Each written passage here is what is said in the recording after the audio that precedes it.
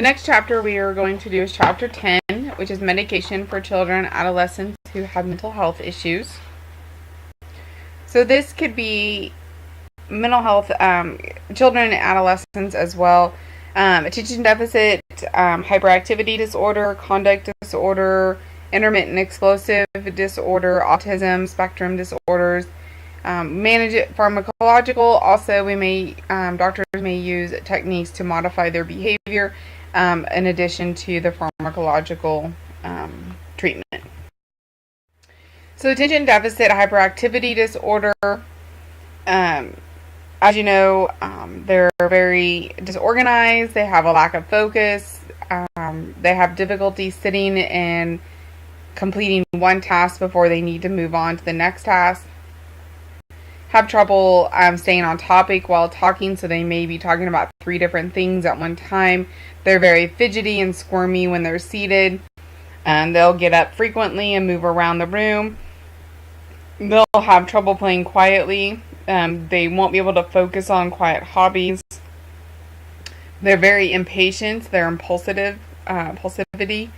Have a hard time waiting to talk or react. So they're the ones with their hands waving in the air, or they're just blurting out because they can't wait to answer, which is the next thing, blurting out answers before someone finishes even asking the question. They may think that they know the answer and they're blurting it out.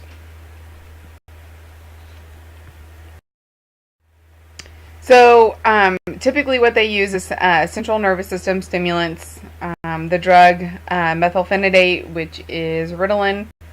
This raises the levels of norepinephrine and dopamine in the central nervous system.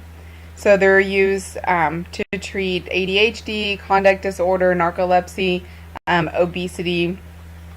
Methylphenidate, there is a short-acting. There's a short-acting, intermediate-acting, and a long-acting. So your short-acting is going to be 3 to 5 hours. Intermediate-acting is 6 to 8 hours. And then your long-acting is your 8 to 12 hours. I won't go into detail on it, but also on your list you have dextrin, which is dextroamphetamines. That's used a lot of times with weight loss. And then the very last one, your Vyvanse, is used also to help treat these disorders. Okay, signs and symptoms of conduct disorder. These are after symptoms have been continued for 6+ months, so they have to have this. It can't just be that this has been going on for 2 to 3 months. It has to be longer than 6 months. Aggression towards people, aggression towards animals, destruction or damage to property, lying or theft, breaking or violating rules, early substance use. So those kids are the ones that are going to start drinking earlier, using smoking, getting into drugs. Difficulty with relationships involving their peers, so they don't get along with kids in their class at school. So aggression towards teachers, typically towards parents. They're the ones that harm the animals. Narcolepsy. You're going to have excessive daytime sleepiness, sudden attacks of sleep, so they can just instantly fall asleep, sudden loss of muscle tone, sleep paralysis, and hallucinations. Central nervous system stimulants, complications. So now we're going to go from depressants to stimulants. So now we're going to stimulate the CNS system. So these people might have insomnia, restlessness. So if they're taking it more than once a day, they need to try to administer the last dose before 4 p.m. to help combat against the insomnia and the restlessness at night. So they need to observe for these effects and then notify their provider if any of them occur. Decrease appetite, weight loss, growth suppression. So once again, we're stimulating that central nervous system. So they're going to have an overactive metabolism to where they're going to have that weight loss. So we need to once again monitor their weight. So get a baseline weight. So then that way we can compare it. Also, go ahead and get their height, so to make sure that the child or the adolescent is growing according and the weight that they match closely. Administer these medications to these children right after they eat. So then that way it's not being administered before they eat and decreasing that appetite. We need to promote good nutrition with these children and adolescents. And a lot of times these prescribers will do a medication holiday or medication vacation to give their bodies to where they're not on it 24/7, 365 days a year. Gives their body a break. So we need to encourage these children to eat on regular schedule, eat snacks, eat healthy snacks, not junk food. Cardiovascular effects, dysrhythmias, chest pain, high blood pressure. So these children may be more at higher risk for sudden death for anybody who has heart abnormalities. So definitely these children or adolescents need to be watched more closely. Monitor vital signs, get a baseline EKG and vital signs. Have them observed for shortness of breath, dizziness, chest pain, and notify the physician ASAP if any of these occur. Development of psychotic manifestations such as hallucinations and paranoia. So they just need to report these immediately because the doctor will probably discontinue the medication and go to something else or another classification of medicines. Physical tolerance and withdrawal manifestations.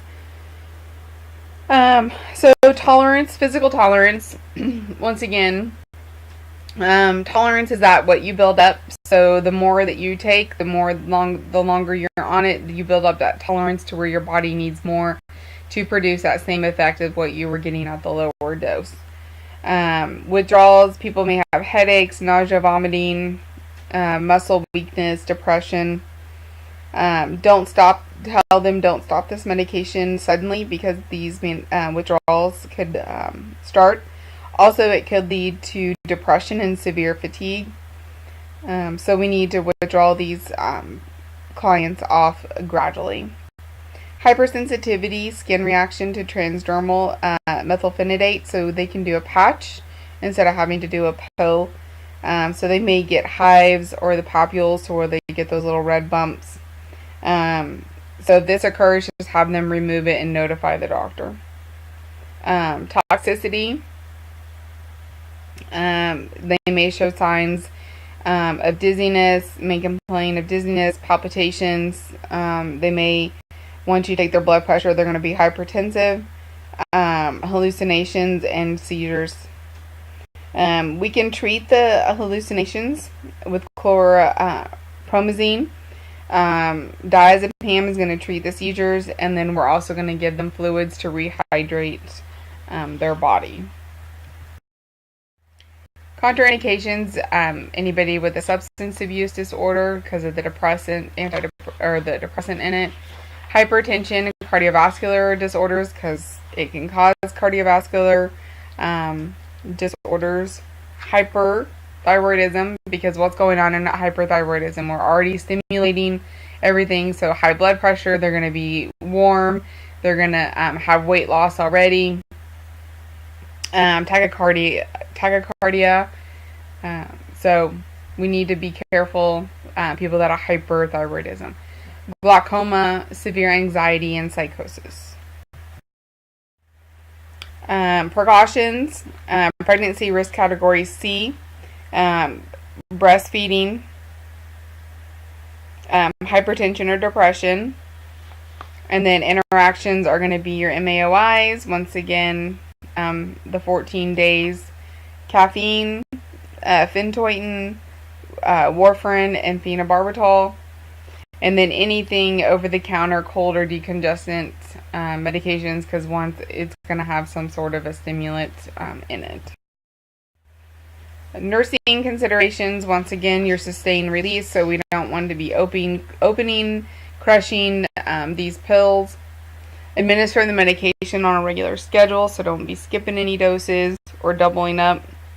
Transdermal medication needs to go on the hips for 9 hours a day. ADHD medications, this is not going to cure it. So we need to incorporate family and cognitive behavioral therapies to go along with medication treatment. They have to have hand scripts because these medications are scheduled medications. High potential for development of substance use disorder, especially adolescents. And then avoid any activities that require alertness until the medication effects are known. Norepinephrine selective reuptake inhibitors. So atomoxetine, this is your Cetera, and then your bupropion, which is your Wellbutrin. Atomoxetine, it blocks the reuptake of norepinephrine at the synapses in the CNS. The bupropion blocks the synaptic reuptake of norepinephrine and dopamine. Treatments is your ADHD, depression, complications, appetite suppressant, weight loss, growth suppressant.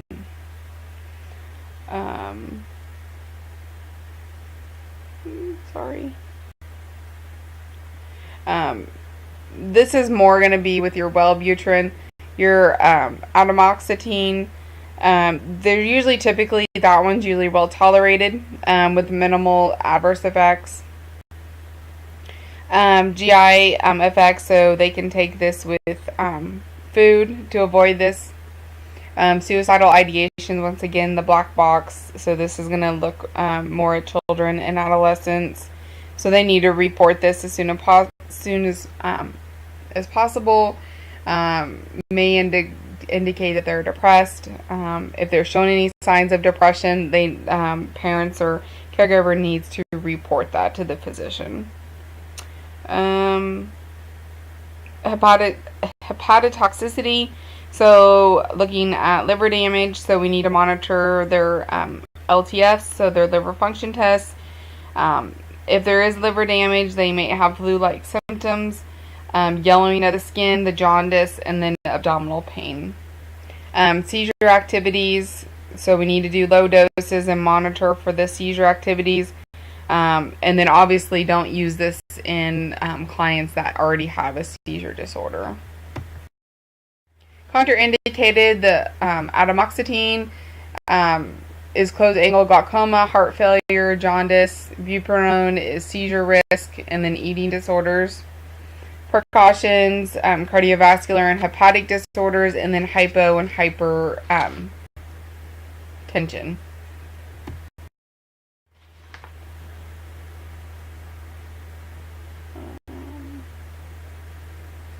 Interactions, your MAOIs, paroxetine, fluoxetine, quinidine, gluconate. Nursing considerations, note changes in your child's behavior in the morning or in 2 divided doses with or without food. So if they're only taking it once a day, they need to take it in the morning. Therapeutic effects takes about 1 to 3 weeks to fully develop. Your tricyclic antidepressants, you don't really see these quite often. Let's see. Does a Pramine or the imipramine are the two underneath these. This blocks the reuptake of the monoamine neurotransmitter norepinephrine and serotonin in the synaptic space, intensifying the effects that these neurotransmitters produce. So depression. Signs and symptoms. A lot of people will feel helpless, guilty, anger, withdrawing from friends and family, no concentration. They may have thoughts of death, so this is where the suicide comes in. Changes in appetite. Typically, the appetite decreases. For some people, it may increase. It just depends on the person, so you need to look at them as the whole person, not just thinking and lumping them into a category. Energy loss, they're going to be sleeping more typically. Some people become insomniacs. And then alcohol and drug abuse, we need to pay attention to. Signs of autism. Inappropriate playing with toys, inability to relate to others, oversensitive or undersensitive to sound, hyperactivity or passiveness, inappropriate laughing or crying. So if they're laughing at something that they actually should be crying, and vice versa, that's inappropriate. Strange attachments to objects. So like this little boy in the picture has a leaf. He would have to take it everywhere. He has an attachment to that, and so that's going to go with him, or they'll get upset if like a security blanket type thing. Poor speech or lack of speech, lack of awareness of danger. So like this boy standing in the street, he has no clue that there's a car even coming.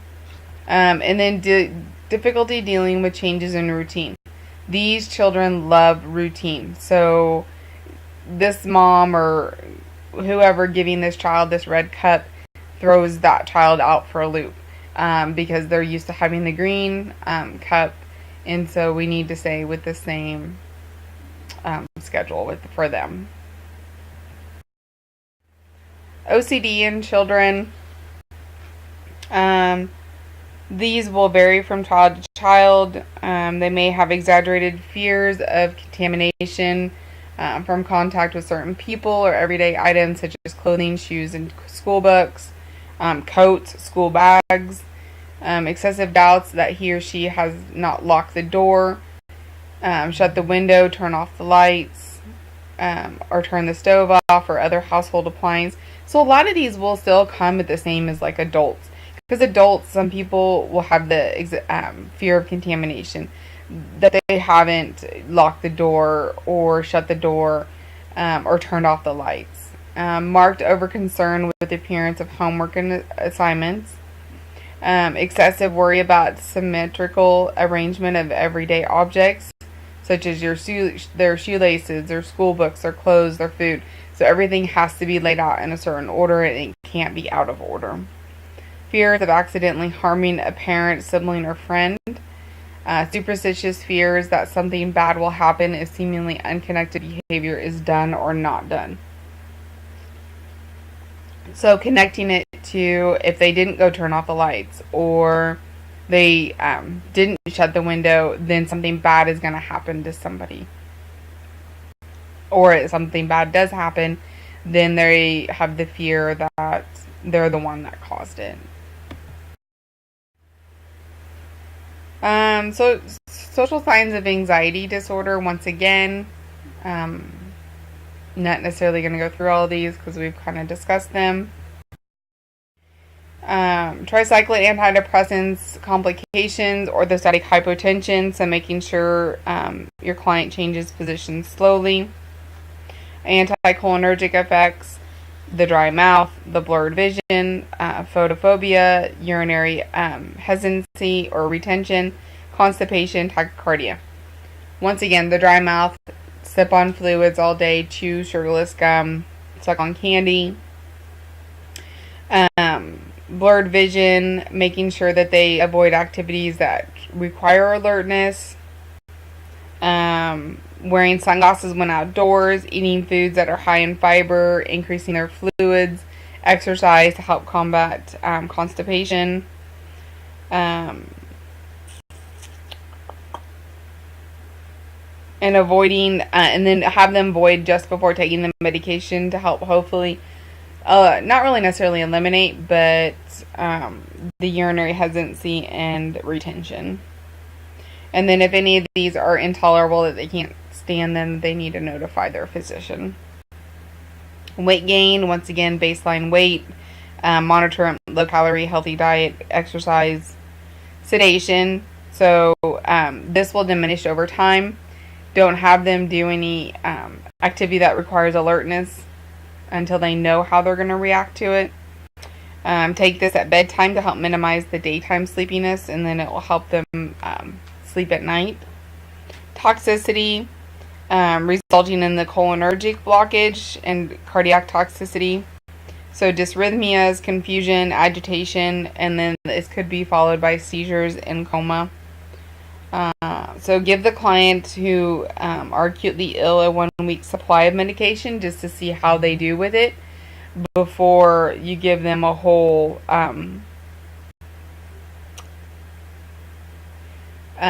month's worth of supply.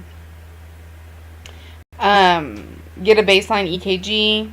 We need to watch vital signs and then notify the physician of any signs and symptoms of the toxicity. Decrease seizure threshold.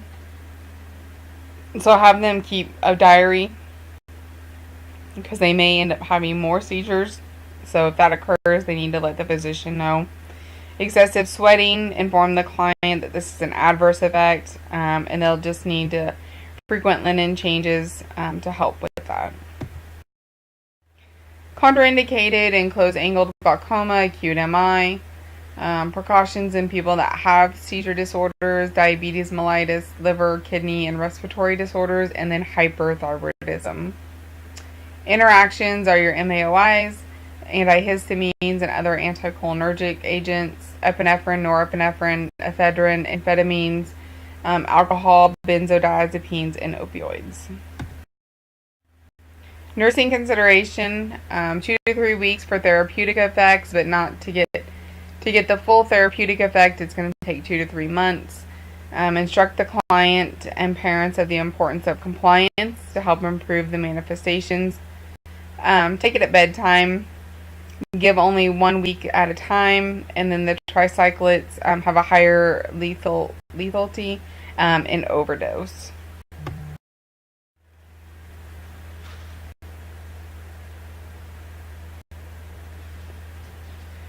Alpha-2 adrenergic agonist, guanfacine is your, and then your clonidine is your catapress. Your adrenergic agonists, are not completely understood. Known to activate the presynaptic alpha-2 adrenergic receptors within the brain. They use it for ADHD. Complications are your CNS effect, sleepiness, drowsiness, fatigue. So making sure they avoid, once again, anything that requires alertness until they know how it affects them. Cardiovascular effects, hypotension, bradycardia. So we need to get baseline vital signs on them. Don't abruptly stop the medication because it can cause rebound hypertension. So if they stop it all of a sudden, then their blood pressure could jump back up and can become high again. Weight gain, once again, monitor weight, healthy diet, exercise, baseline weight, to keep an eye on it. Contraindicated, extended release is clonidine is contraindicated for children younger than 6 years old. Precautions, any cardiac disease, cerebral vascular disease, or kidney or liver impairment in older adults. Interactions, CNS depressants, antihypertensive, foods that are high fat content. Considerations, monitor alcohol and CNS depressants, extended release preparations, so no opening or crushing. Monitor the blood pressure and pulse because of the tachycardia and the hypotension and bradycardia, Advise your client to avoid abruptly discontinuing this medications. So your antipsychotic atypicals, your risperidone, Zyprexa, Seroquel, Abilify. Second generation will block the serotonin, block the receptors of the norepinephrine, histamines, and acetylcholine. Your third generation stabilizes the dopamine system as both an agonist and an antagonist. And once again, we these last chapters, so we're kind of just going to run through these because the complications have not changed just because it moved to children. Autism spectrum disorder, these are uses, conduct disorder, post-traumatic stress disorder, relief of psychotic manifestations, and intermittent explosive disorder. Complications are diabetes mellitus. So it could cause a new onset or loss of glucose control for those who are diabetic.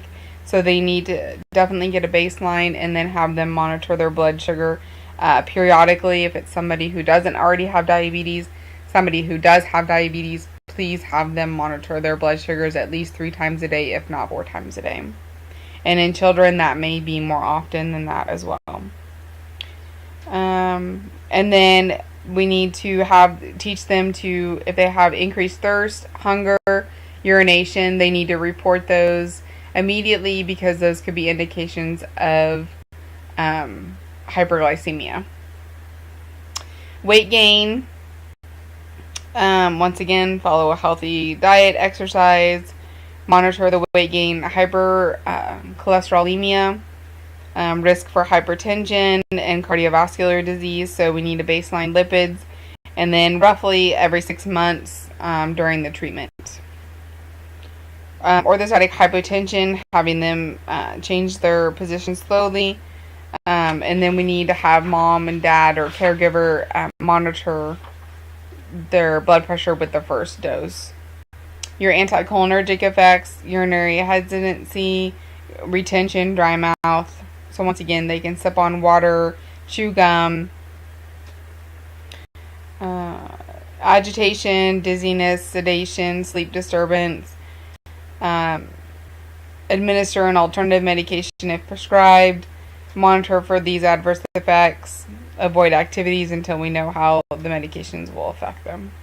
Mild extrapyramidal adverse effects such as tremors. Monitor and instruct the client to recognize these. This is usually dose related, so they may be able just to change the dose and they'll go away.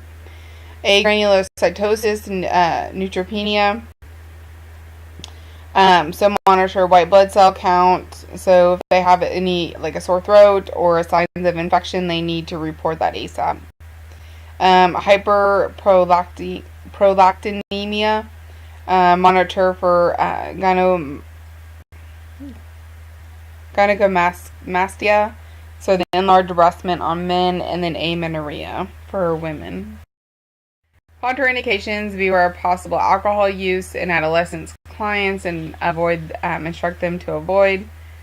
Precautions: cardiovascular disease, seizures, dehydration, kidney, hepatic disease, diabetes. Interactions are your alcohol, opioids, antihistamines, activating dopamine receptors, tricyclic antidepressants, amiodarone, clarithromycin, barbiturates, and then fluconazole.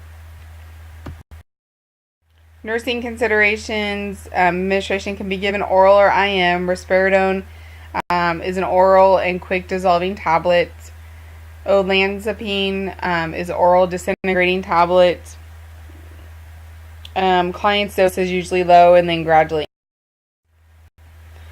So your SSRIs, again, your fluoxetine, sertraline, so your Prozac and your Zoloft, approximately 1 to 4 weeks or longer for to start the effects.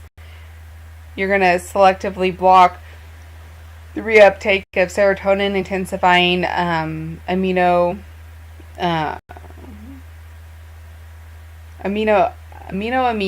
effects in the central nervous system. Therapeutic uses: autism, spectrum disorder, obsessive compulsive, major depressive disorder, intermediate explosive disorder, and bulimia nervosa. Quickly run through these. These are the ones we've gone through: serotonin syndrome, weight gain, withdrawal syndrome, suicidal ideations, extrapyramidal effects, dizziness, fatigue, insomnia, agitation, sexual dysfunction, and dysrhythmias. Category contraindications: pregnancy risk category C, abstinence syndrome, and pulmonary hypertension in newborns. Abstinence syndrome is withdrawal syndrome, basically, for babies. Pulmonary hypertension, This is when the blood pressure affects the arteries in the lungs and the right side of the heart. Vessels that carry the blood from the heart to the lungs will start narrowing and they'll start hardening, is what's going to occur in pulmonary hypertension. Precautions: breastfeeding, narrow angle glaucoma.